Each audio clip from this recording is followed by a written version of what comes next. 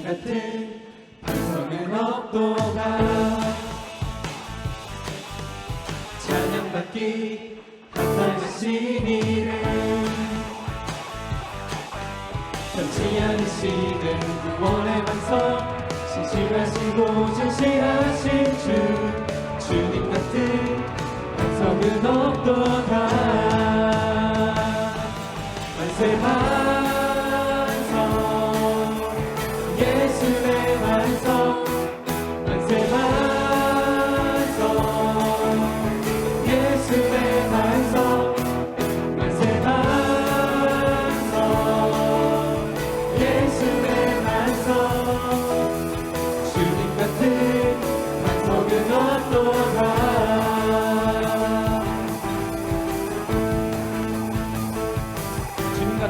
주님 같은 반석은 없도다. 찬양받기 합당하신 이름, 변치 않으시는 구원의 반석, 신실하시고 진실하신 주, 주님 같은 반석은 없도다. 만세 반석, 예수의 반석, 만세 반석, 예수의 반석, 만세 반석, 예수의 반석, 주님 같은 반석은 없도다. 만세 반석, 만세 반석, 예수의 반석, 만세 반석, 예수의 반석, 만세 반석, 예수의 반석, 주님 같은 반석은 없도다. 만세 반석, 만세 반석, 예수의 반석, 만세 반석, 예수의 반석, 만세 반석, 예수의 반석, 주님 같은 반석은 없도다.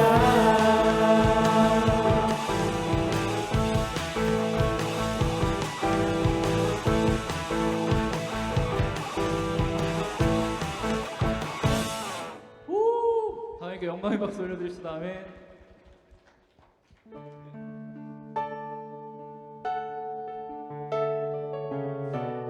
다음 찬양 사랑한다 말하시네 라는 찬양인데요, 가사가 너무 좋아서 다시 한번 생각하는 시간을 가지면서 함께 찬양 불렀으면 좋겠습니다.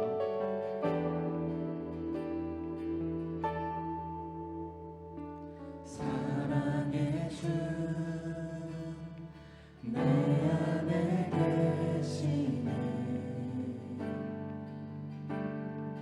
다함이 없는 주의 크신 사랑, 세상에 없는 놀라운 사랑, 그 안에서 나는 자유하네. 날 살리신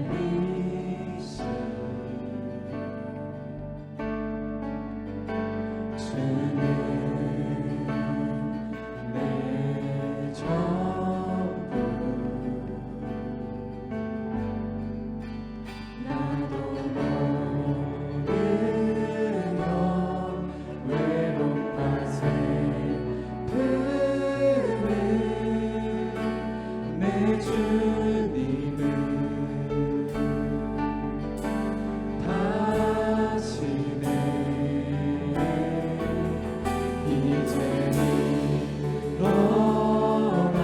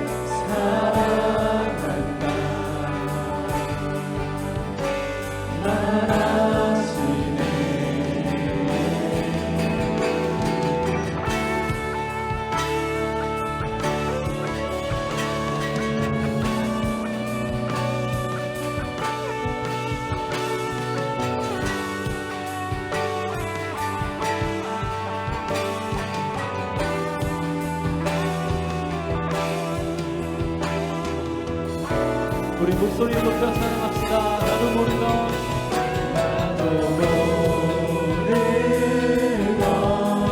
외로운 가슴 펴는 내 주님을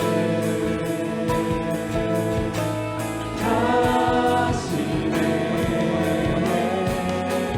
이제 너다 주를 보내 사랑한다 말하시네 나도 모르던 나도 모르던 외로운 가슴 펴는 내 주님을 다시네 이제 일어나 주를 보내 사랑한다 사랑한다 말하시네. 사랑한다 말하시네 사랑한다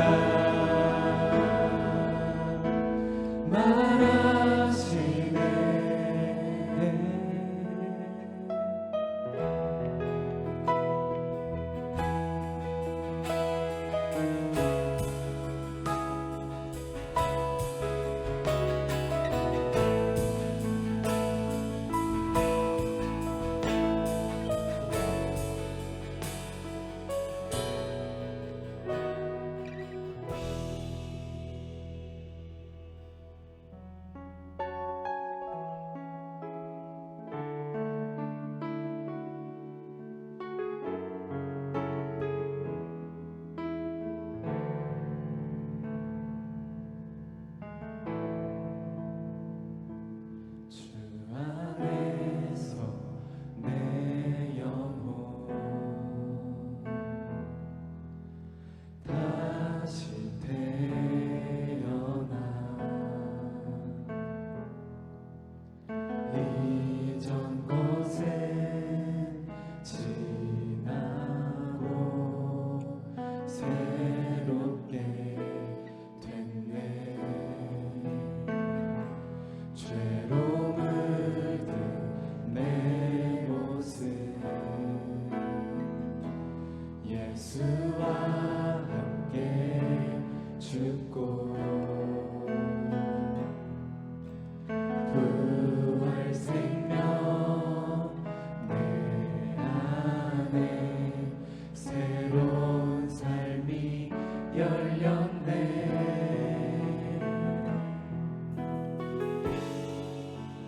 너희가 나를 택한 것이 아니요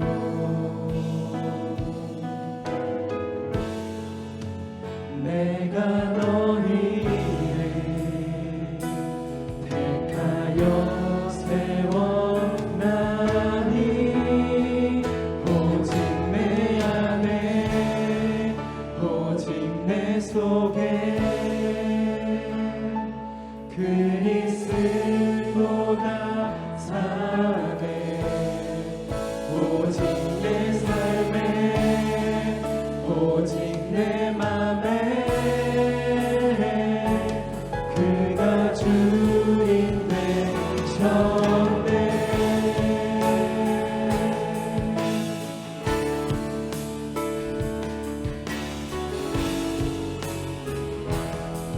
주 안에서 내 영혼 주 안에서 내 영혼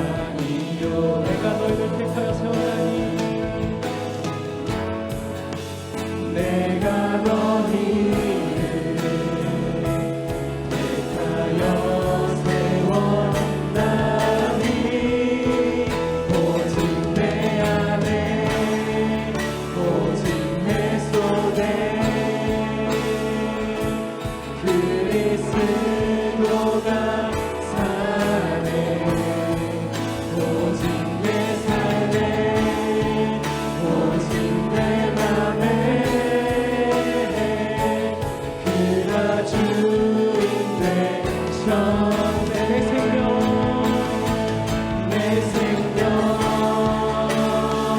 그 안에 그의 생명 내 안에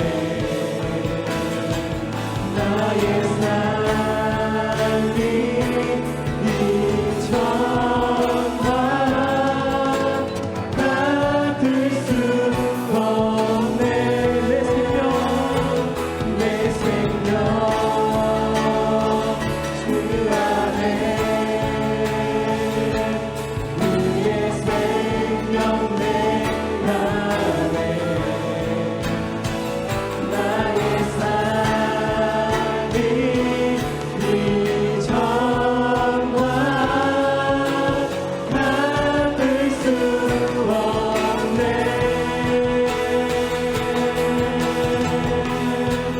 오직 내 안에 오직 내 손에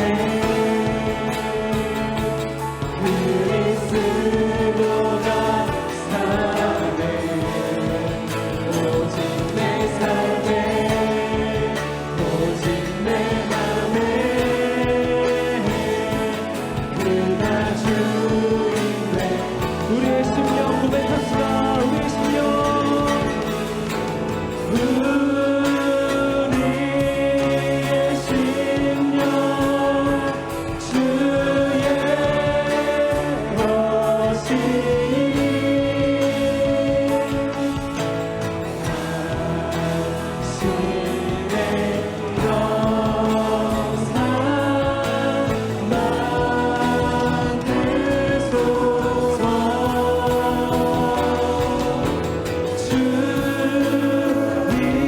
인도 따라 살아갈 동안 사랑과 충성을 바치오리라. 우리의 목소리로 마찬합시다. 우리의 심령 우리의 심령 주의 것이니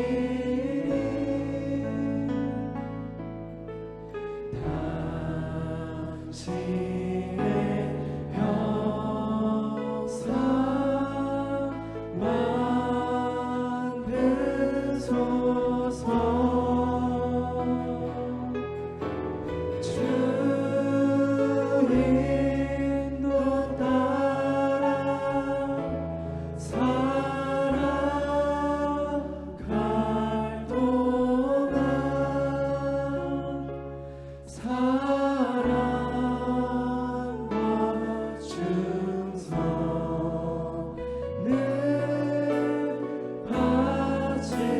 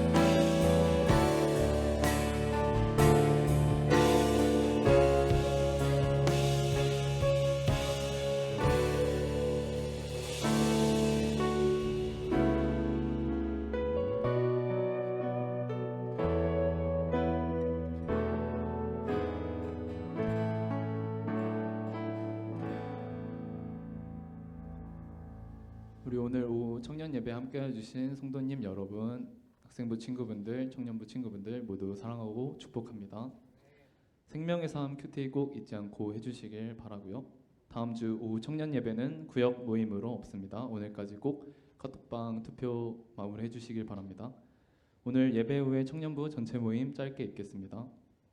그리고 5월 25일 월요일 경기 지방의 남전도에 체육대회가 있습니다. 꼭 우승을 위해서 청년부 남성분들 모두 참가해 주시길 바라고요. 그리고 이번 주 담임 목사님 생신이신데 모두 생신 축하드린다고 말씀해 주시면 감사하겠습니다.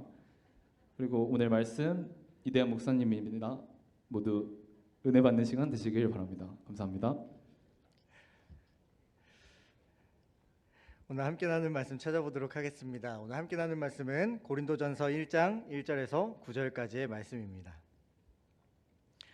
하나님의 뜻을 따라 그리스도 예수의 사도로 부름을 받은 바울과 형제 소스데네는 고린도에 있는 하나님의 교회 곧 그리스도 예수 안에서 거룩하여지고 성도라 부르심을 받은 자들과 또 각처에서 우리의 주 곧 그들과 우리의 주 되신 예수 그리스도의 이름을 부르는 모든 자들에게 하나님 우리 아버지와 주 예수 그리스도로부터 은혜와 평강이 있기를 원하노라.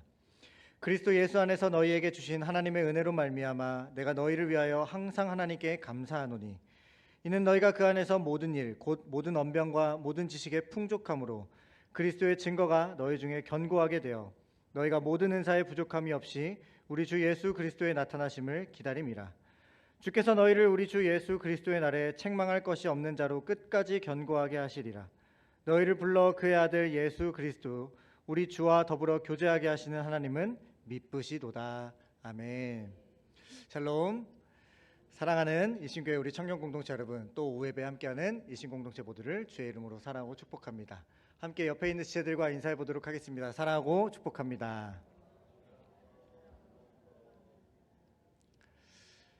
네, 오늘 어버이 주일을 맞이해서 우리 청년들이 타는 맛있는 커피를 다 드셨을 거라 믿습니다. 그 사랑이 담긴 커피를 드셨기 때문에 오후에는 졸리지 않을 거기에 마법의 가루들이 들어있었기 때문에 더 그 커피보다 더 달고 맛있는 우리 함께 말씀을 나눠보도록 하겠습니다. 오늘 나누는 고린도전서 1장은 이 1장의 본문 1절에서 9절은요 고린도 교회에 보내는 편지의 서두라고 볼 수 있습니다. 이 고린도 교회는 사도 바울이 세웠는데요. 그리스 펠레폰네소스 반도, PPT 띄워주세요. 그리고 그리스 본토를 연결하는 연결고리에 이 고린도 도시가 위치해 있었습니다. 그래서 지중해 동서를 연결하는 무역과 항구 도시였는데요. 이 고린도 이 전체 지역을 아가야 지방이라고 했는데 이 지방의 고린도 지역에 총독이 거주를 했던 가장 큰 도시였습니다. 그리고 전체 로마 지역 중에 네 번째로 큰 도시가 바로 이 고린도 도시였었습니다. 당시에 아테네보다 훨씬 더 크고 번성한 도시가 고린도였다라고 학자들은 이야기하고 있습니다. 그래서 육로로도 이 고린도를 반드시 통과해야 했고요. 해로로는 다음 PPT 넘겨서요. 왼쪽으로 가면 이탈리아 쪽으로 유럽으로 갈 수 있는 레카이온 항구가 있었고요. 동쪽으로는 에게를 통해서 아시아로 향하는 겐그레아 항구가 있었습니다. 그리고 이 두 항구를 연결하는 이 고린도의 도로가 잘 발달해서 그리스에서 상업과 무역이 가장 발달해 있는 신흥 도시가 바로 고린도였다라고 할 수 있겠습니다. 그래서 이 도시에는 물질적 번영뿐만 아니라 당시 퇴역한 로마 군인들, 또 세계의 여러 나라에서 유입된 상인들, 무역상들, 그리고 노예들까지, 그리고 소수의 유대인들, 약 60만 명이 살았던 대도시였었습니다. 이 도시에는요 사치와 번영, 향락, 그리고 대표적으로 그리스 땅이었다 보니까 그리스 로마 신화에 태양의 신 아폴론 신전이 있었고요. 또 미의 여신 아프로디테 신전, 또 항해와 바다의 신들, 여러 나라의 이방 신들을 섬기는 신전과 우상 숭배가 이곳에 만연했고 여기에 더해서 신전에서 종교 행위를 빙자한 문란한 성행위들이 가득했었습니다. 로마 지리학자 스트라보에 쓴 지리지라는 책에 보면 이 고린도의 대표 신전이 아프로디테 신전이었다라고 기록하는데 이 신전에는 종교 창녀들이 약 1000명가량 있었다고 합니다. 그리고 이들과 함께 성행위를 통해 신이 우리에게 축복한다라고 믿었기 때문에 쾌락과 음란, 방탕함에 있어서 어떠한 도덕적, 윤리적 거리낌이 없이 그냥 방탕한 삶을 즐기고 관장하면서 살았던 것이 고린도였습니다. 그래서 사도 바울 당시에 고린도인이다라고 하는 말은 음란하고 타락하다라는 이 고유 명사처럼 쓰이게 된 말과 같았습니다. 그래서 고린도는 씨앗이 내리기 아주 어렵고 척박한 환경을 가지고 있었다라고 할 수 있겠습니다. 그래서 바울도 맨 처음 고린도에 도착했을 때 고린도전서 2장 3절에 이렇게 고백합니다. 내가 너희 가운데 거할 때에 약하고 두려워하고 심히 떨었노라. 아멘. 사도 바울은 두 번째 선교 여행의 중심지로 고린도 교회에서 약 1년 6개월, 18개월을 머무르면서 이곳에서 브리스길라와 아굴라 부부와 함께 텐트 메이커, 천막 만드는 일을 하면서 고린도 교회를 세워 나갔습니다. 이 내용이 사도행전 18장 1절에서 5절 그리고 11절에 기록이 되어져 있는데 함께 읽어보도록 하겠습니다. 그 후에 바울이 아덴을 떠나 고린도에 이르러 아굴라라는 본도에서 난 유대인 한 사람을 만나니 글라우디오가 모든 유대인을 명하여 로마에서 떠나라 한 고로 그가 그 안에 브리스길라와 함께 이달리아로부터 새로 온지라. 바울이 그들에게 감해 생업이 같으므로 함께 살며 일을 하니 그 생업은 천막을 만드는 것이더라. 안식일마다 바울이 회당에서 강론하고 유대인과 헬라인을 권면하니라. 11절입니다. 1년 6개월을 머물며 그들 가운데서 하나님의 말씀을 가르치니라. 아멘. 주석가들은 아마 에베소의 일정과 동일하게 바울이 이 고린도에서도 생활했을 거라고 추측하면서 하루 8시간 이 육체 노동으로 텐트를 만들었고 여가 시간인 4시간에서 한 5시간 정도 이 회당에 가서 매일 말씀 사역을 전했을 것이라고 보고 있습니다. 이 바울이 1년 6개월 한 지역에서 머문 건요, 에베소를 제외하면 가장 오래 머물렀던 지역이고 이 고린도에서 복음을 전하고 교회를 세우고 구별된 그리스도인들로 양육해 나갔지만 바울이 떠난 뒤에 이들은 그렇게 알고 배운 것에 비해서 실제적인 삶이 따라오지 못했습니다. 그렇게 타 지역에서 복음을 전하던 바울에게 고린도 교회의 소식을 들고 온 사람들이 이제 오게 되고 그들이 그 교회의 소식을 전달해주고 편지들을 주고받게 되었는데 이 고린도 전서와 후서 전에 분명히 쓰인 서신이 있습니다. 그런데 안타깝게도 현재 그 편지가 남아있질 않아서 어떤 내용인지 우리가 명확하게는 알 수는 없지만 먼 거리 바울이 떨어져 있었음에도 계속해서 편지를 주고받으면서 소식을 듣고 위로와 권면을 전했음을 알 수 있습니다. 그러다가 주후 44년에서 55년경 에베소에서 바울이 머물고 있을 때 두 가지 이유가 발단이 되어 오늘 고린도전서를 썼다라고 봅니다. 첫 번째는 1장 11절에 기록이 되어져 있는데 너희들에 대한 말이 내게 들렸는데 너희 중에 분쟁이 있음을 내가 들었다라고 분명히 기록하고 있습니다. 두 번째는 16장 17절에 고린도 교회에서 바울에게 보낸 헌금에 대한 감사를 표하고 있습니다. 이 헌금과 함께 가져온 편지에 여러 질문들과 문제들이 있었고 바울이 그 문제와 질문들에 대해서 답변을 주기 위한 목적으로 쓰고 있다라고 분명하게 고린도전서는 기록하고 있습니다. 이 고린도전서에는요, 너희가 쓴 문제에 대하여라는 표현들이 자주 등장하는데 이건 바울이 어떤 질문을 받았고 그 문제에 대해서 내가 지금 답변한다라고 보면 될 것 같습니다. 우리가 흔히 좋은 소식 있고 나쁜 소식 있는데 좋은 소식 먼저 들려드리겠습니다 하고 말을 많이 하죠. 고린도전서가 딱 이렇습니다. 서두인 1절부터 9절 오늘 읽은 이 본문은요, 정말 좋은 소식만 기록이 되어져 있습니다. 그런데 이 다음부터는 다 나쁜 소식이라고 하기보다는 권면의 말씀, 허를 찌르고 곪고 썩어있던 그 교회 안의 문제들을 파고들고 짜내기 시작합니다. 교회에서 교인들 사이의 지위를 확보하기 위해 또 바울이 떠나고 고린도 교회에 거쳐온 여러 사도들, 아볼로, 베드로를 바울과 비교하면서 나는 바울파, 나는 아볼로파, 나는 게바파, 나는 그리스도파, 이렇게 서로 파를 나누어서 누가 정통이 있냐, 누가 진리냐, 누가 참이냐 서로 근본이다, 맞다, 아니다 싸우고 논쟁했습니다. 그리고 고린도 도시 안에 이 성적 부도덕함이 교회 안으로도 들어와서 문제가 발생했는데 의붓 어머니와 동거하는 근친상간의 문제, 이방 신전에 가서 그 창녀들과 관계를 맺고 거리낌 없이 괜찮다라고 하는 이들. 그래서 고린도전서에는요, 성과 결혼, 이혼과 독신에 대한 이 성윤리가 다른 서신들에 비해 비교적 상세하게 기록이 되어져 있습니다. 또한 교우들 사이에 뭔가 문제가 발생했을 때 권면과 대화 그리고 이해와 사랑으로 해결하는 것이 아니라 툭하면 사회법으로 소송을 걸고 분쟁을 하고 교회 안에서 문제를 이 사회적으로 꺼내서 덕이 되지 못하도록 만들고 다퉜던 문제, 우상숭배가 만연해 있었기 때문에 신전에서 그 우상들에게 바친 여러 가지 음식들, 고기들을 먹는 문제. 그리고 먼저 온 자들이 성만찬의 떡과 포도주를 다 먹어서 배를 다 채우고, 늦게 온 자들은 그 만찬에 참여하지 못하고 굶어서 형식적으로 예배를 드리는 문제. 마지막으로 부활 신앙에 없다, 부활은 없다라는 그 문제들이 이 고린도 교회 안에 있었고요. 이 문제에 대한 질문들과 답변들을 바울이 하나하나씩 풀어서 쓴 내용이 바로 고린도전서다라고 보면 될 것 같습니다.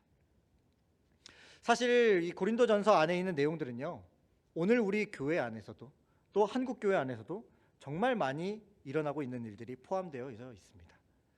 잊혀질만 하면 뉴스에 대서특필되는 교회들, 그리고 종교 지도자들의 탈선행위와 비리, 또 교인들 간의 갈등과 소송, 또 이단들의 소식까지. 분명 예수님은 요한복음 13장 35절에 너희가 서로 사랑하면 이로써 모든 사람이 너희가 내 제자인 줄 알리라 라고 말씀하셨지만, 우리는 예수를 믿고 따른다라고 주장하고 말은 하지만 정작 예수님의 사랑을 실천하지 않고 내 기준과 내 해석과 내 마음에 끌리는 사랑과 사람들에게 그것을 베풀고 나누고, 그리고 세상에 섞여서 살아가는 모습을 우리는 볼 수 있습니다. 분명한 건 우리는 말씀을 모르지도 않습니다. 되려 오히려 말씀의 홍수 속에 우리는 살아가고 있습니다. 원한다면 성경에 대해서 더 깊이 있는, 아니면 더 다른 주제의 말씀들, 주변의 지리나 역사나 또 개인의 신앙 성장을 위한 많은 자료와 환경들을 배움의 길도 우리 많이 열려 있지만, 정작 제일 중요한 건 그렇게 배우고 듣고 찾으면 무엇합니까? 이 말씀이 우리의 삶과 연결이 되지 않고 오히려 더 세속적인 모습에 세상은 오늘날 교회를, 그리스도인을 비난하고 손가락질하고 있습니다. 제일 안타까운 건 저 교회 다닙니다, 저 그리스도인입니다 하면 사람들이 예수의 추종자들, 예수쟁이로 뭔가 다르게 봐야 하겠지만, 요즘 시대는 교회 다닌다라고 하면 언행불일치의 아이콘, 말로만 입으로만 사랑하고 예수 믿는다고 하고 행동으로는 전혀 따라오지 않는, 오히려 편견이 가득해 버린 이 그리스도인이 되어버린 오늘날의 이 시대 가운데 우리 사랑하는 청년 공동체들이 고린도전서를 묵상해 가면서 우리 청년들 특별히 세상을 살아가지 않습니까?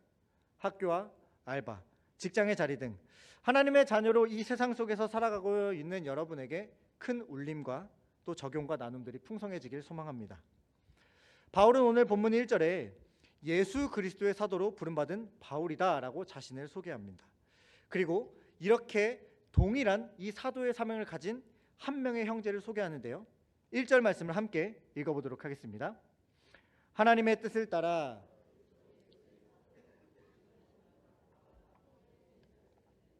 아멘. 형제 소스데네라고 기록하는데, 이 형제라는 단어는 단순히 친구, 정말 친한 사람 이 말을 뜻하는 게 아니라 원어로 보면 헬라어 아델포스라는 단어인데, 이 어원이 자궁이란 뜻입니다. 그러니까 같은 어머니 배에서 태어난 육체적인 형제, 동포라는 단어에 주로 쓰였는데, 바울은 이 형제를 어떻게 쓰냐면 그리스도 안에서 사랑의 사슬로 연결된 영적 형제를 가리킬 때 사용했습니다. 이 소스데네라는 인물은 성경에 딱 2번이 기록이 되어져 있습니다. 사도행전 18장 17절과 오늘 본문 고린도전서 1장 1절에 딱 2번 기록이 되어져 있습니다. 이 소스데네라는 인물은요, 고린도 도시의 회당장이었습니다. 근데 좀 억울한 인생이 이 사람의 인생이었습니다. 원래 고린도 회당장은요, 그리스보라는 사람이었습니다. 근데 바울이 이 회당에 와서, 고린도에 와서 복음을 전하고 그 예수 그리스도에 대해 증언하는 것을 듣고 회심을 하게 됩니다. 그리고 그의 가족도 함께 회심을 하고 예수 그리스도를 영접하고 바울에게 세례를 받습니다. 이를 계기로 수많은 고린도 사람들이 예수 그리스도를 영접했고 세례를 받았다라고 사도행전 18장 8절은 기록하고 있습니다. 여러분, 이게 당시 얼마나 충격적인 일이었냐면요, 청년부를 담당하던 제가 갑자기 우리 교회에 타종교 지도자가 와서 토론을 하고 설교를 하고 갔는데, 제가 거기에 감화되어서 그 타종교로 개종하는 겁니다. 그리고 교회를 떠난 겁니다. 여러분 입장에서 말이 되시겠습니까? 안 되죠. 유대인 입장에서 이와 같은 일이 벌어났던 겁니다. 그런데 이 고린도 도시의 정권이 바뀌고 이 아가야 지방의 새로운 총독 갈리오라는 인물이 새롭게 총독으로 부임하게 됩니다. 이때를 기회 삼아서 고린도 회당 안에 있던 유대인들이 합심해서 바울을 고소합니다. 그리고 재판장 갈리오 앞에 끌고 갑니다. 고소의 내용은 이 바울이 율법을 어기면서 하나님을 자꾸 섬기라고 우리에게 강요한다, 우리를 유혹한다라고 고소합니다. 근데 이 재판장 갈리오는 범죄나 나쁜 행동을 했다면 로마 법으로 내가 재판을 해주겠지만 당신들이 믿는 율법의 기준에서 잘못되고 이런 거는 내가 판단할 영역이 아니다. 그러니까 너희들이 해결해라 라면서 단칸에 이 재판을 거절합니다. 당연히 총독에게 고소를 한다고 했으면 로마 법이나 기준에 맞춰서 재판을 진행해 나갔어야 됐는데 그냥 종교를 전하는 행위, 우리의 마음에 들지 않는다, 우리의 기준에 들지 않는다라고 고발을 하다 보니까 기각이 되는 건 당연한 결과였습니다. 그러자 유대인들이 너무너무 화가 나서 새롭게 부임한 회당장 소스데네를 붙들어다가 재판장 앞에 끌고 와서 그를 마구 때립니다. 사도행전 18장 16절과 17절입니다.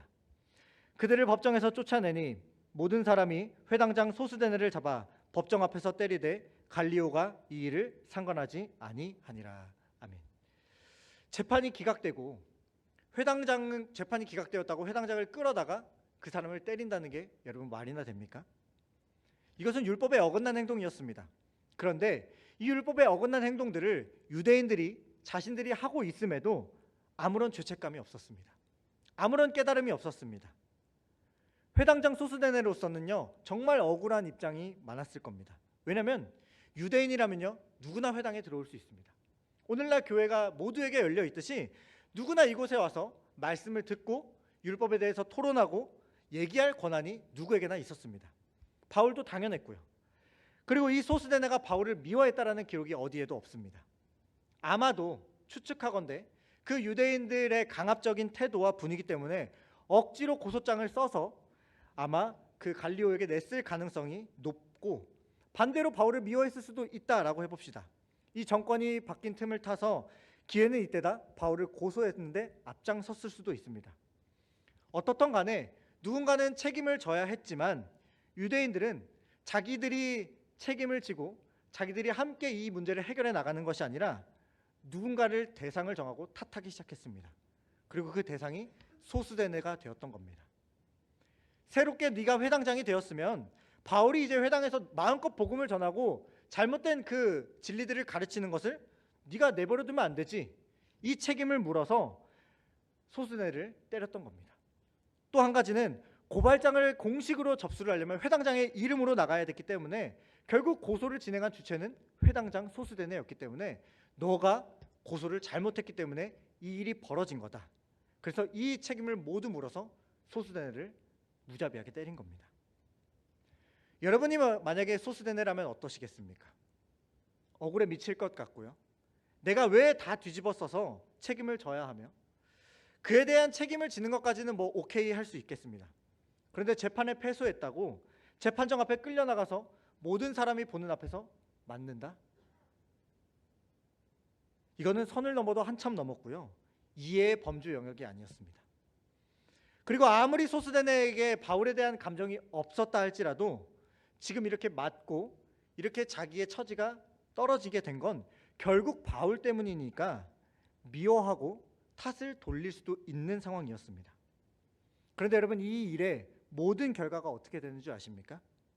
유대인들에게 배신당하고 매를 맞고 고난당할지언정 오늘 고린도전서 1장 1절은요 이 소스데네가 새롭게 부활해서 그리스도의 사도가 되었음을 분명하게 밝히고 있습니다. 이 고린도전서는요 바울이 3차 전도 여행 시 에베소라는 지역에서 고린도 교회를 향해서 편지를 쓴 내용입니다. 지금 이 편지의 서두에 에베소에서 나와 함께 사역하고 있는 형제 소스데네와 함께 이 편지를 기록한다라고 바울이 쓰고 있습니다. 고린도전서 1장 1절에서 3절입니다.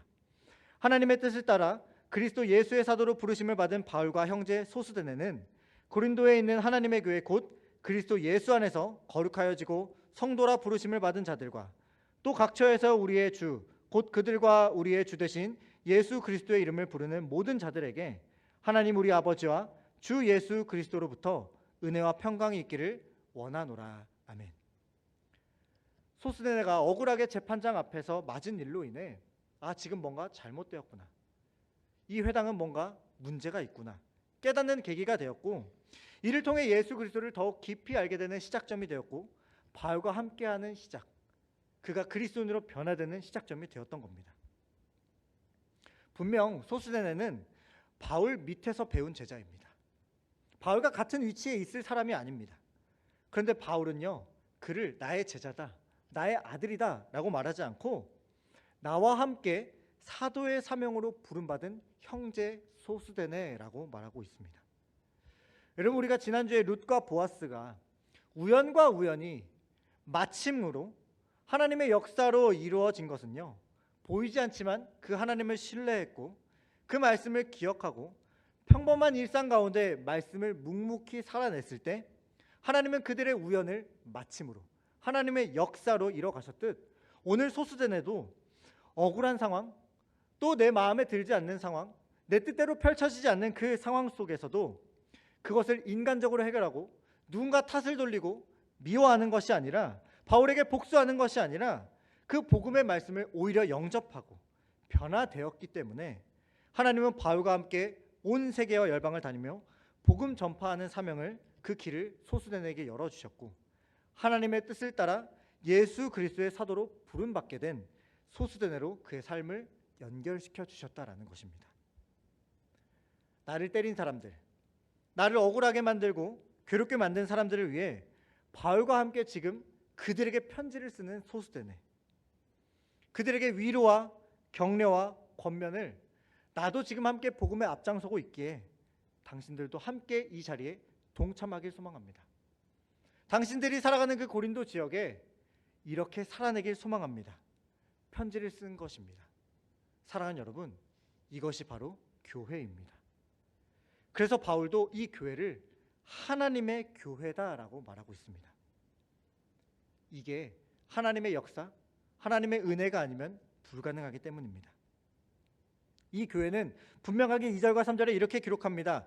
그리스도 예수의 거룩한 보혈의 피 안에서 새롭게 되고 거룩해진 성도들이 함께하는 곳입니다. 그리고 하나님의 자녀라 부름받은 자들이 함께 연합되고 이 땅의 모든 곳에 예수 그리스도의 이름을 부르는 모든 자들이 하나님의 교회다라고 바울은 말하고 있습니다. 그런데 오늘날 교회는 어떻습니까? 네 교회, 내 교회, 이 교단, 저 교단, 비교하고 저울질하고, 어떤 교회가 큰 행사나 좋은 프로그램을 하면 우리는 그보다 더 잘해야 되고 더 풍성해야 되고, 성도의 숫자, 교회의 규모, 예산 등을 우리는 뽐내고 자랑하고 있지 않습니까? 또 안타깝지만 우리의 교회 안에서 때로는 내가 억울하고 지치고 속상하고 마음에 들지 않고 화나고 짜증나는 일이 있습니다. 그러고 싶지 않은데, 보고 싶지 않은데 자꾸만 부족한 모습들, 연약한 모습들이 나에게 보이고 거슬리고 그것을 정죄하고 싶고 말 한마디로 꼽주고 싶거나 그 속을 박박 긁어놓고 싶고 이 얘기 저 얘기 부풀려서 말하고 싶을 때도 우리 가운데 분명히 있습니다. 사랑하는 여러분, 그러나 진짜 교회는요, 오늘 소스데네처럼 나를 핍박하고 나를 때리고 괴롭힌 자들에게 예수 그리스도의 복음을 전하고 또 삶으로 도전을 주며 하나님 나라로 이끌어가는 자가 진짜 교회가 해야 될 일이자 오늘 우리가 바라보고 바뀌어야 할 길이라고 믿습니다. 그리고 사랑하는 여러분, 교회된 우리가 서로를 위해 이렇게 기도했으면 좋겠습니다. 우리 함께 고린도전서 1장 4절에서 9절을 옆에 있는 지체들, 하나님의 교회된 우리 일심교회의 동역자들을 향한 소망과 축복의 기도로 생각하면서 함께 읽어보도록 하겠습니다.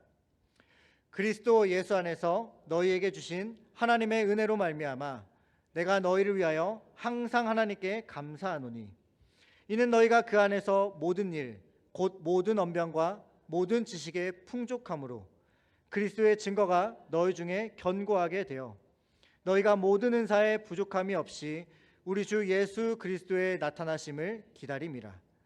주께서 너희를 우리 주 예수 그리스도의 날에 책망할 것이 없는 자로 끝까지 견고하게 하시리라. 너희를 불러 그의 아들 예수 그리스도 우리 주와 더불어 교제하게 하시는 하나님은 미쁘시도다. 아멘. 아멘이십니까? 이게 바로 우리 교회의 표어인 복음의 능력으로 승리하는 삶인 줄 믿습니다. 우리가 살아가는 삶의 자리에서 소스데네처럼 또 바울처럼 주와 복음을 위해 때로는 핍박을 당하고 억울한 일을 당할지라도 하나님은 이것을 모든 것을 합력하여 선을 이루게 하심을 우리는 볼 수 있습니다. 이 핍박의 결과로 소스데네는 바울과 동역하는 동역자가 되었고요.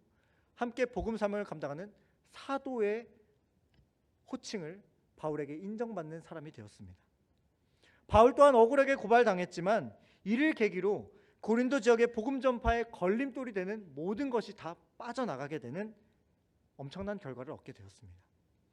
그리고 오늘 고린도 교회를 향한 축복과 감사, 전심을 다해 권면할 수 있는 믿음의 사도로 성장해 나갈 수 있었다라는 것입니다. 오늘 우리가 겪어가는 어려움과 눈물들은 모든 것을 합력하여 선을 이루게 하시는 하나님께서 하나님의 역사로 또 바꿔가실 줄 믿습니다. 우리의 인생에 작은 디딤돌들이 쌓여서 하나님의 거룩한 성전이 지어져 가고 하나님의 거룩한 교회가 우리를 통해, 우리의 발걸음을 통해, 우리의 삶의 자리를 통해 세워져 나갈 줄 믿습니다. 이 사명의 날에 우리 사랑하는 이 신공동체가 그리스도의 날에 책망할 것 없는 끝까지 견고한 자로 서갈 수 있는 믿음의 공동체, 살아가는 공동체, 복음에 승리하는 공동체가 되길 간절히 소망하며 함께 찬양하고 기도의 자리로 나아가도록 하겠습니다.